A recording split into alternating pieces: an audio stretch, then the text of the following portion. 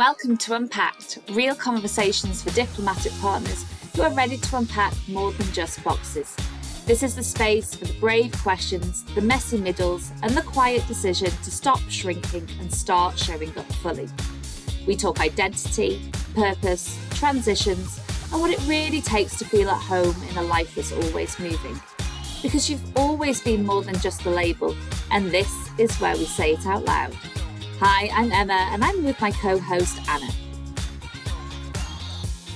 Hello, and welcome back to Unpacked. I'm here with my wonderful co-host, Anna, and we have a very, very special guest today.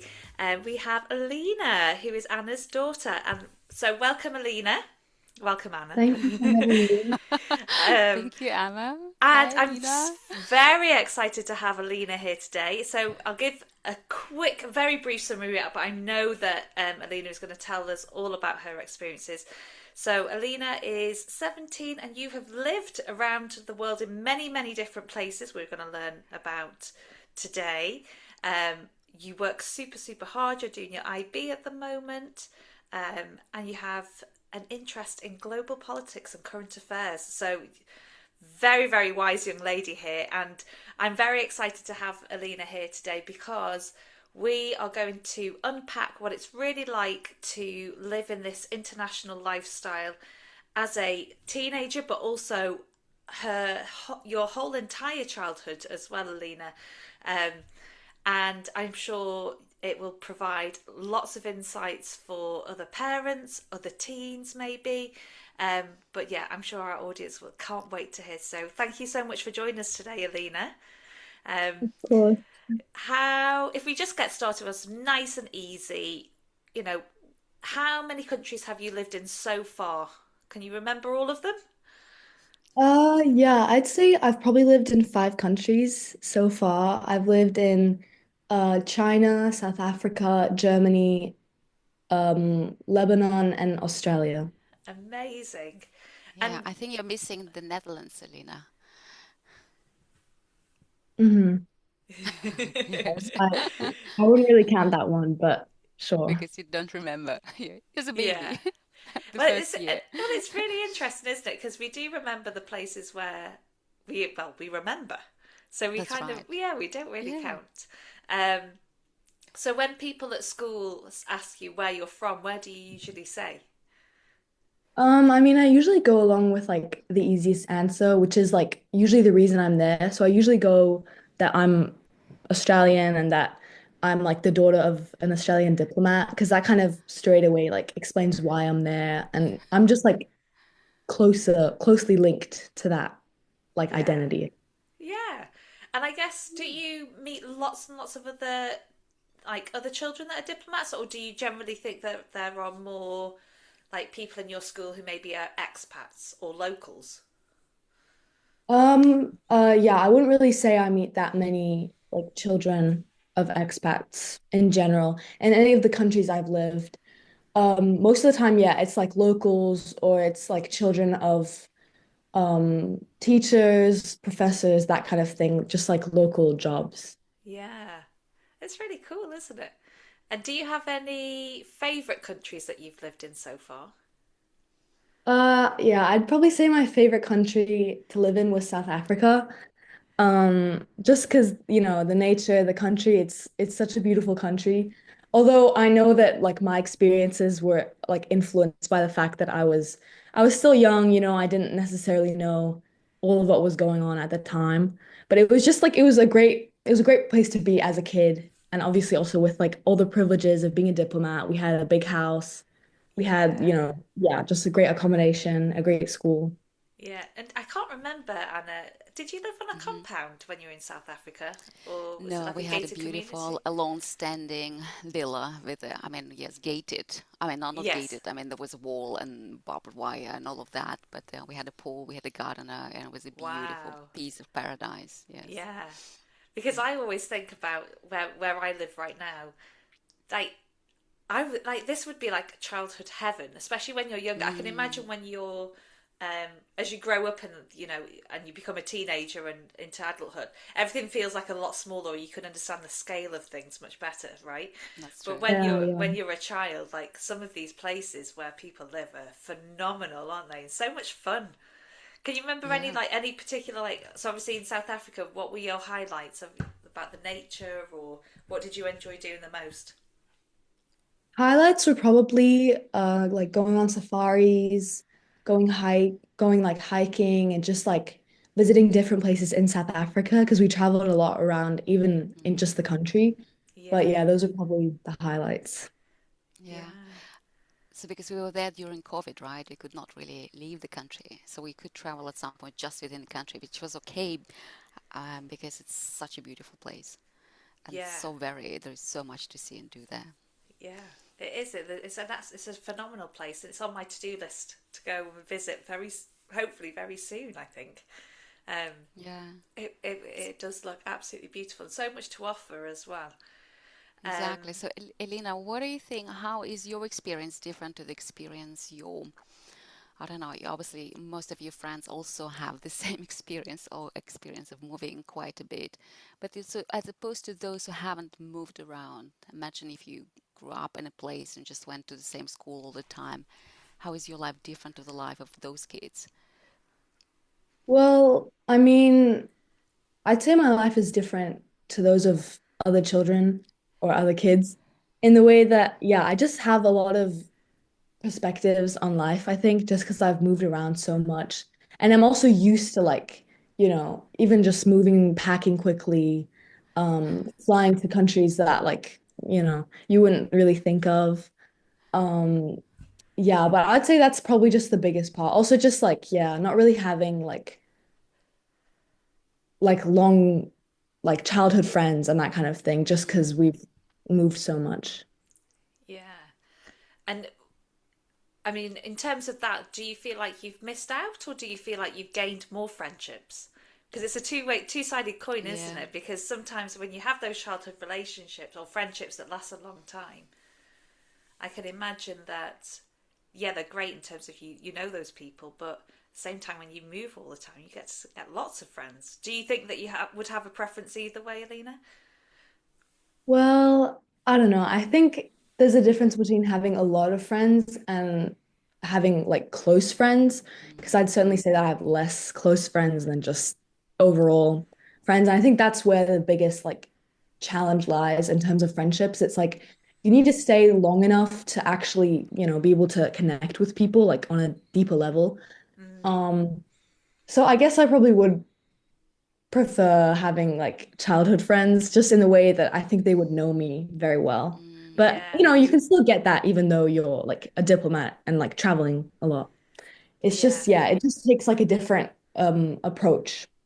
It definitely does. And I mean, if you don't mind, I'd love to ask you, because we talk a lot about in the podcast, don't we, Anna, about making adult friendships and how that can be a yes. challenge. And Mm. we have different strategies. Do you have like a set of like go to like step by steps, Alina, to how you go about making friends?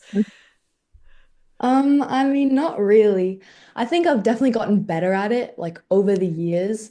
And I've realized that you can't just like stand around and like wait for people to come to you. Cause like, I mean, why would they do that? Like, just based off of, they barely know anything about you. They're not just gonna come and be like, hey, be my like, well, anyways, we can cut that out. We can cut that part out. But yeah, you need to just put yourself out there, try to talk to as many people as possible, try to share things about yourself, because especially from the get-go, I mean, they don't know anything about you, unlike maybe other people that they've had in their class at least for like multiple years. So they know things about them. But as like a completely new student, people won't know things about you. They won't know what you like, they won't know your hobbies. And that's kind of what, that's what starts these friendships is like conversations about things that you like, things that you don't like, and yeah. Yeah. And it's what's amazing there, you have touched upon the skill that we talk about all the time. You have to be a little bit vulnerable and a bit brave to put yourself out there, Yeah, and for to sure. make those connections. And absolutely sounds like you're doing a fantastic job. Like really, really good, because it does take a huge amount of bravery to put yourself out there. And I can imagine, especially as a teenager, sometimes it's not always the most comfortable situation. It's Yeah. something that I don't think I would have coped very well with when I was a teenager, Alina. I think I only got better at this when I was in my late 20s. Actually, no, maybe I think we just go to our 30s.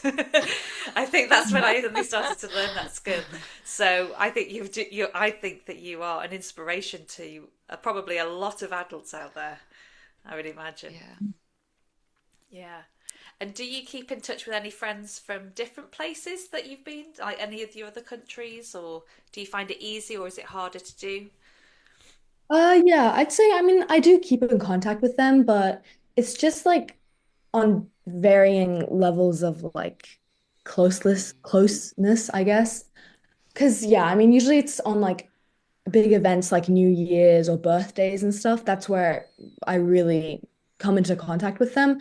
I have like one or two closer friends that I do text every now and then, and we like catch up on what's been happening and that kind of thing. But overall, I'd say it's just you kind of drift apart, you're no longer talking about like hobbies or what you're doing. It's more just about like, just kind of a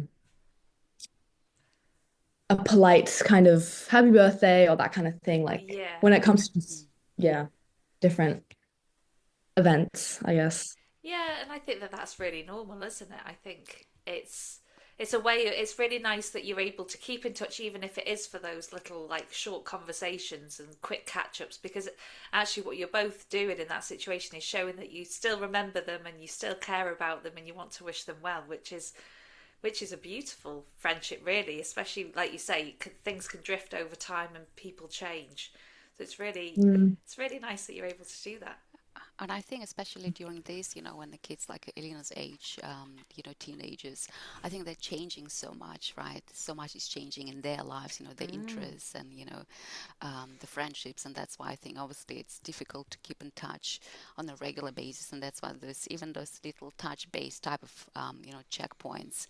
Maybe they don't add to depth, but at least exactly there is this thread of continuity, right? There is something remaining or a person is remaining still in your life, Yeah, and I think right? even if I think back about my school friends and childhood friends, I don't actually keep in contact with any of them.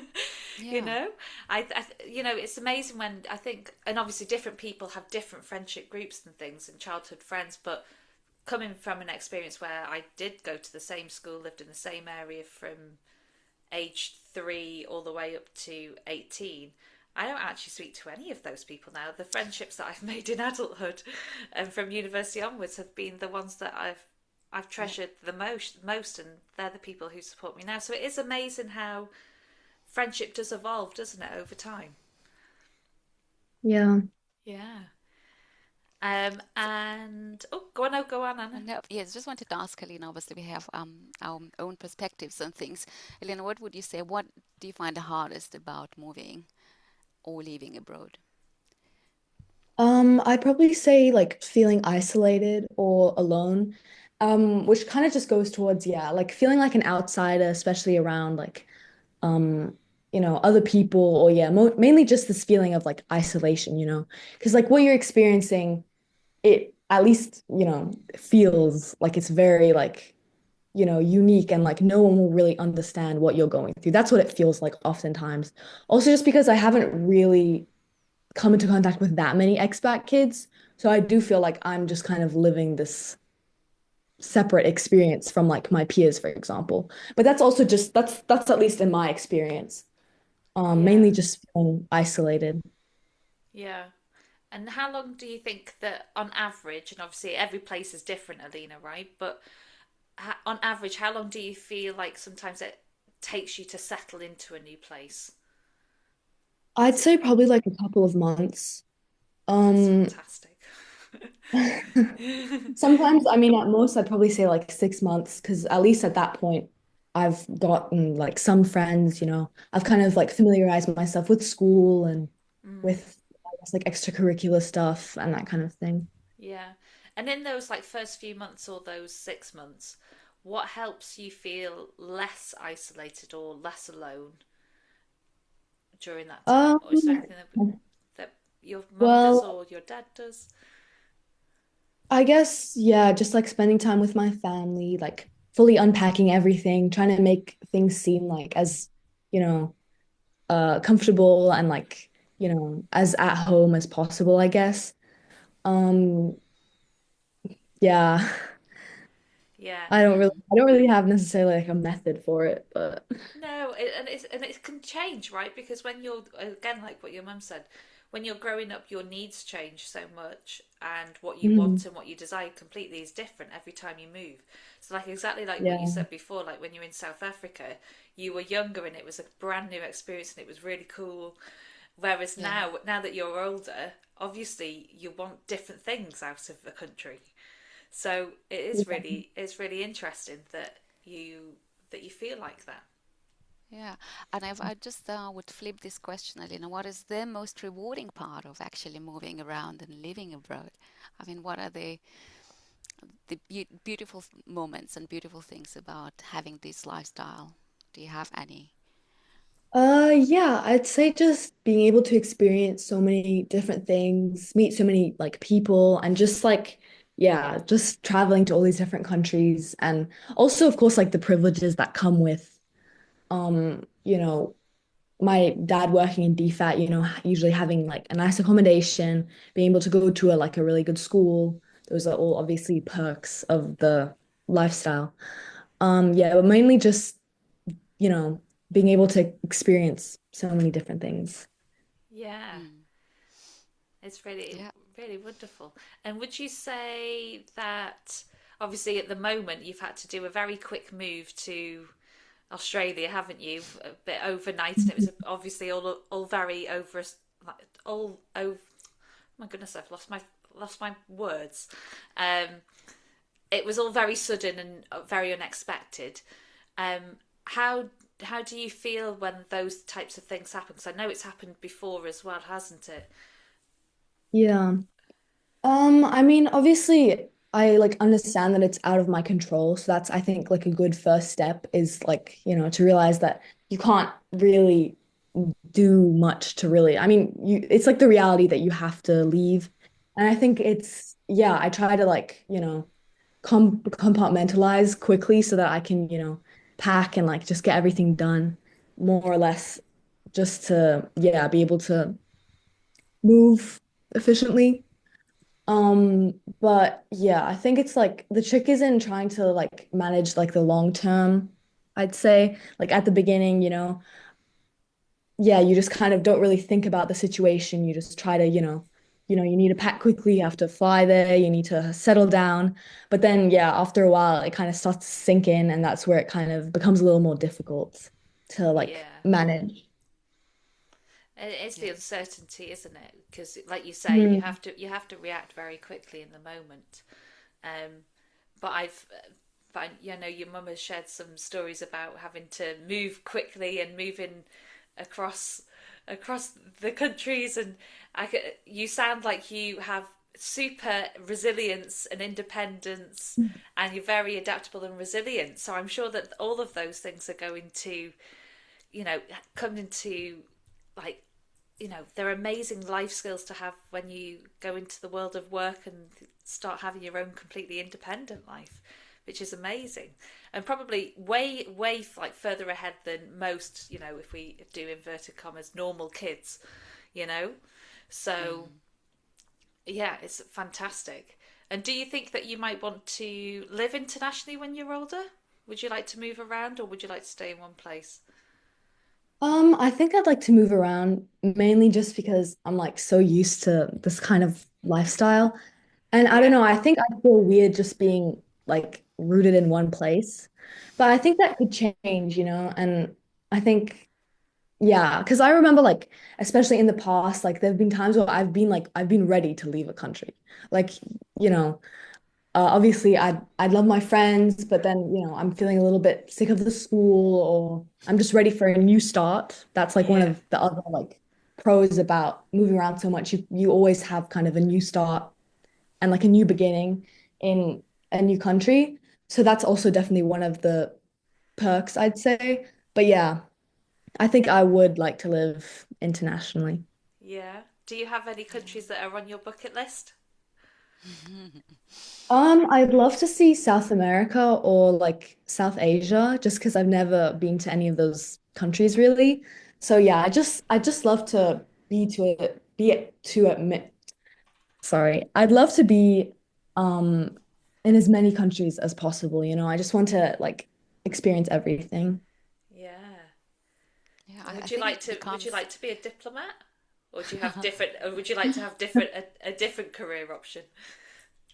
I think I'd probably like to have a different career option, but that could change. Yeah, just because being a diplomat obviously comes with certain obligations to certain things you can and can't talk about and that kind of thing. And I don't know if I want to really do that. Yeah, that's mm, fair enough. I think it's very hard for all of us. yes, exactly. I was just wanted to add on to what Elena was saying. I think it's obviously it's the only life you know. Like this is normal. Moving around is Yeah, normal, exactly. right, Elena? You don't know any Mhm. other life. That's the life, and I think it just becomes part of you.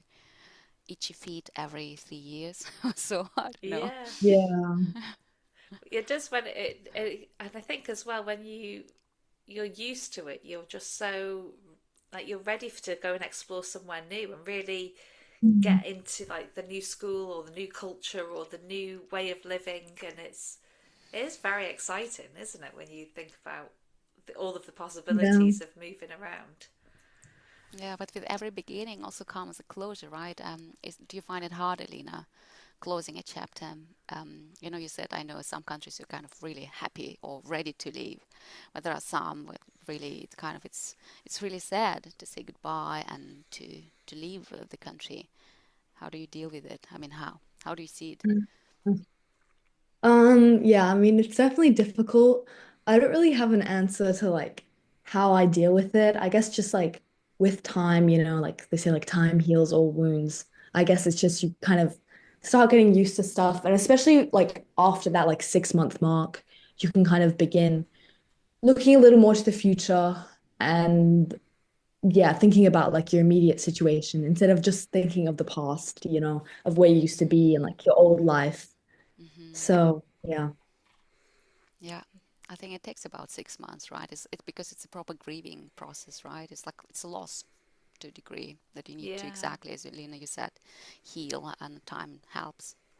So would you say, Alina, that you start processing that before you've left the country, or do you kind of just go, no, just going to do normal life all the way until we get on that plane, and then I will deal with everything, or do you kind of chunk it up somehow? No, I really like I don't I don't deal with it before I leave. Yeah, I just kind of try to go on as if like life is normal, obviously. And I think it just doesn't sink in, you know. It takes a while for like your subconscious to really catch up with like what's happening. And that usually happens like after we've already moved. So that's Mm, kind of yeah, that's kind of how that is for me at least. Yeah, and I mm, think for lots of people we do that because we do live our life just thinking about what day we've got ahead of us and what's Yeah, going to yeah. happen next, and that's just the way we deal with it. And then sometimes it makes it easier that way, doesn't it, because we're like, we don't want to face the fact that I've got to say goodbye to my friends and my normal Yeah, routines. And exactly.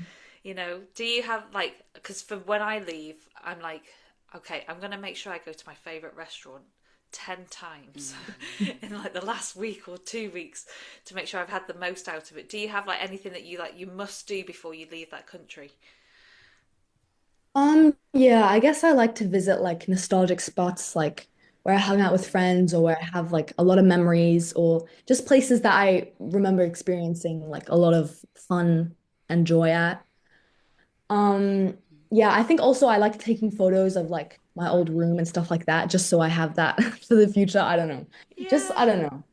that's Just so like oh yeah, nice. also Yeah, just taking photos like around the city I'm living in or of the school, just things so that I could remember it later on. yeah. Yeah, I really like that idea. And do you then Mm. do anything with those photos? Like, would you put like them in a memory book, or do you just have them stored whenever you want them? Yeah, I should probably make like an album with those photos, but I usually just keep them on my camera roll and just yeah, I guess I can look at them if Mm. yeah, I'm missing it or I just want to remember what it was like. Yeah. It's Yeah. actually really, I actually really love that idea. And I wonder Mm. how many other, like, whether it's on their phone or in an album or, it's printed or whatever, how important that would be to document that journey. Because when you are so young, especially when you were, first in like maybe Germany or first in South Africa, life changes Mm. so much, doesn't it? Especially when you go from like, I don't know what the IB system is. They call it like middle school and then high school, or I don't know. Yeah, yeah. Yeah, when you go through all those different changes, it's they're completely different environments. Or you want to remember the teachers that you really liked and the Yeah, yeah, friendships and stuff. exactly. And even just like the mundane things, like, yeah, like the bakery we used to go to, or like the road that I take when I'm walking home. Like sometimes I'll like film it, like Ah, the Yeah. path that I take going home. But yeah, I mean, I haven't really looked at the that like footage in a while, but still, it's just like nice to have, you know? Because it is like a lot of it, it's not just like living in a place, it's also just like your daily routine that you have in it. Like you'll never have that again, even if you go back to that country, because you'll never live in the same house.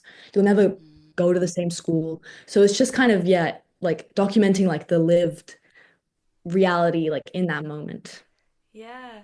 Do you know Yeah. what? I realised I actually did something very similar the other Oh, day. really? Yeah, I was thinking about where we lived in Pakistan, and I actually took myself on a mental walk through my early morning walk around the compound.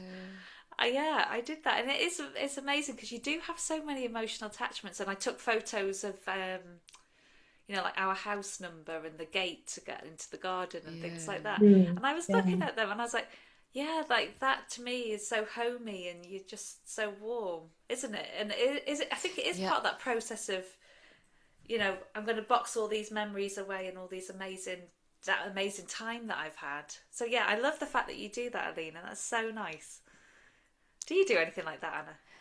Um, yes, I also do it to a degree, but I think what Elena does, and I love it really, that she, exactly, she kind of documents those mundane, like things you would normally not pay attention to, like walking back from school to home, or like, going to the bakery. You would not necessarily, I would probably not necessarily document that or take pictures of that or the room. And I think it's basically like, right, it's you have your memory box or storage here, and you just want to put the snapshots of your old life because, as Yeah. Elena, you rightfully said, so it will never come back. That's it. It's kind of you're kind of taking, um, yeah, you're freezing a moment forever, as a photograph or as a video. Yeah. I love Mm. that. It's so nice, isn't it? Yeah, It would be so nice to look back on those one day whenever you feel like that you want to do so, and yeah. just relive it all, which is so lovely. And Mm. if you were going to give, say, right now there's like a teenager somewhere, or maybe a parent who has a teenager, and they're about to go and do their first posting experience internationally, maybe. What would you say would be like the biggest advice that you could, I don't know, either give to the teen or the parent on how to help their Or child, both. or both? Both. Yeah, I mean, I'd probably say like to both of them, I'd say like try to be as like open-minded as possible, like you're in a new place, they might have different customs, the school system could be different, just try to go into things with an open mind. And to the parent, I'd say like, be, just be understanding of like what the teen might be going through. Because yeah, it can be especially tough when you're like an adolescent, and friendships are very important at any age, obviously. But yeah, just be understanding, they might go through like rough patches and just like not want to be there. But it all just kind of settles, I think, with time. And yeah, for the teenager, I'd say just try to go into things with an open mind, try to talk to as many people as you can. And yeah, I think I don't really have any like concrete advice, unfortunately, because I'm also still trying to like really Figure it get out. back to things, I guess. Yeah. Yeah, well, we're all figuring it out, Alina. We Yeah. still, I don't think any of us have full answers, but I think your answer was wonderful. Be open-minded. Know that it's going to be, might be easy, might be difficult. Know that friendships are going to be one of the most important things. So you have to be brave and put Mhm. yourself out there. I think that's wonderful advice. Exactly. And I think Yeah, also I wonderful think advice to. also, Mhm. yeah, Sorry, I'm Lynn. Yes, sorry. go on. No, no, no, you go Yeah, on. I think also like especially when I moved to like a place, at the beginning, I might feel kind of a little bit like resentful, like I want to go back to the old location, or I just want to go back to my old life. And I like compare the two. And because I'm not settled down yet, I'll look at my current situation very negatively and be like, oh, things were much better before. Their school was better, their facilities, whatever. Like I'll just think about things in a negative light. And I think it's important to remember like you are like a guest in the new country you're living in, especially as like if you're working like an expat or like yeah, your parents are diplomats. Like it's important to remember you're a guest in that country and eventually things will get better. And eventually it'll probably be the other way around where you'll miss your new location. So it's just yeah, it's all about yeah, just trying to also just stay positive, don't fall into those like negative cycles of wishing you were somewhere else. But it is important also to, yeah, remember and I guess grieve your old life, just kind of process things naturally. Yeah, and I think what you've just described there is giving Wonderful. yourself some compassion, right? Mhm. Because Yeah. it is normal. I mean, I know that I definitely did it. I remember when I moved to Kenya and I was like, I want to go back to Pakistan. I miss it so much. Yeah. I miss my friends, and I think that we all do it, Alina. Um, and then now, people ask me about Kenya, and then reel off all these wonderful things about I love about Kenya, and I'm like, oh, when did that happen? When did I all of a sudden be this big fan of Kenya? Because well, last year there might have been a completely different story. So yeah, giving yourself compassion and grace to allow yourself to go through all of the emotions, I think it's Mhm. perfect. Yeah. And Elena, what do you think? Um, did this lifestyle made you, did it make you more resilient, more adaptable? Like, what gifts did this lifestyle give you so far, you reckon? As I mean, opposed yeah, to, I reckon it probably made me very adaptable. I mean, I can like pack quickly, like, mm-hmm, yeah, but I don't know. I think it's kind of difficult to compare like what it's really given me necessarily. I think, yeah, the main thing is just adaptability and like flexibility and yeah, being able to, I don't know. because I think a lot of people have these traits just from, life. But yeah, I think those are probably the main things that that experience has given me, especially from like a young age. Yeah. yeah, Well, I think you're downplaying all of your amazingness, Alina, there, because you you are definitely an incredible human being and who's managed to do and cope with so many different things. Do you know you talked about packing there a little bit. Um, Lots of the time, obviously, when you have a planned move, obviously you've just been through a very unplanned move. You have things that go into like storage or in a shipping container, maybe, and then you might only have like one or two suitcases. Is there anything that you have to pack that makes the first couple of weeks feel a lot more settled or easier, or it's a non-negotiable? It has to go in the suitcase. Yeah, I think like my journal or like my sketchbook, just stuff that can allow me to kind of, vent a little or just, draw or like express myself. It just helps kind of establish a sort of routine or like an outlet. Um, and also, yeah, just like some items, I guess, from my childhood or things that I just hold dear, like a soft toy or something like that. Just something that kind of, I guess, anchors me a little bit. Yeah. I mean, I agree. I think I have all of those things yeah. in my suitcase too. Exactly. Some comfort. You put some comfort, right, in your Yeah, suitcase. Exactly. Yeah. yeah. Wow. So, um, maybe one last question. I don't know, Emma, do you have any Ooh, questions left? I, hmm. I mean, there's so many, but you've touched upon so much because I think what Alina has actually we've asked Alina every step of the journey that we've discussed so far, haven't we, Anna? We've talked about the Yes, we have. starting. I would Exactly, probably making maybe friends. ask um, because we've talked about this a little bit about when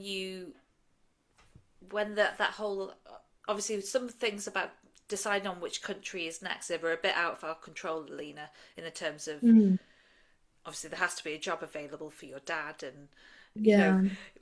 there is definitely limits. But how much do you feel like do you have a say, or do you have an opinion, or can you how do you feel about when it comes to picking that next place, or is it kind of like, are you just told this is it, we're going? I mean, yeah, honestly, it does feel like it's just, oh, this is it, we're going.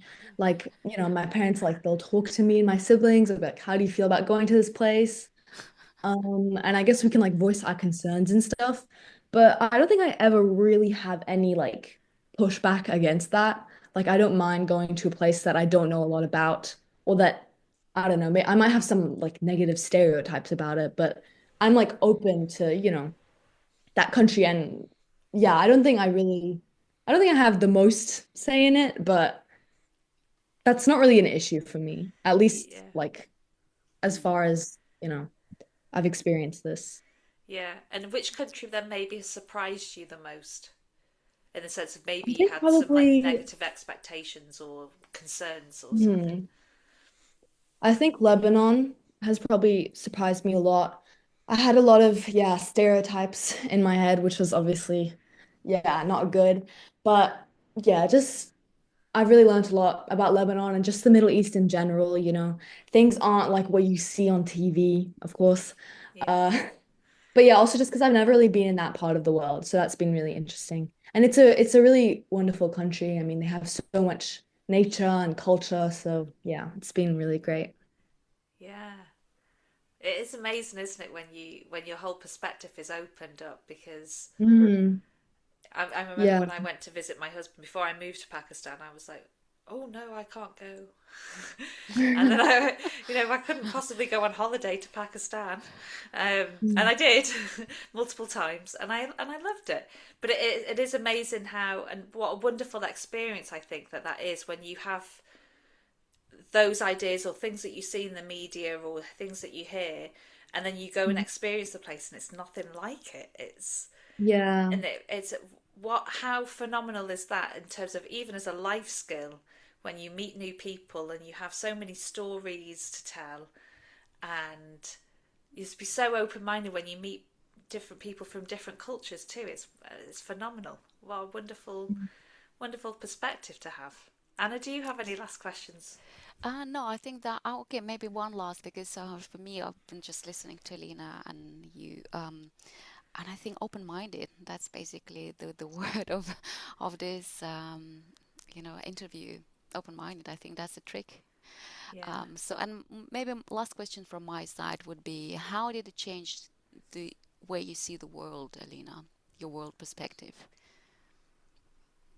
your Well, I lifestyle? mean, I don't really know how it's really changed my world perspective. I think a lot of it is just kind of subconscious, but I think I have, yeah, an understanding of how people live in different countries. And yeah, I've seen obviously extreme poverty, but I've also seen like extreme wealth or just, yeah, like wealthy Mm. people and like, yeah, people my age, of course.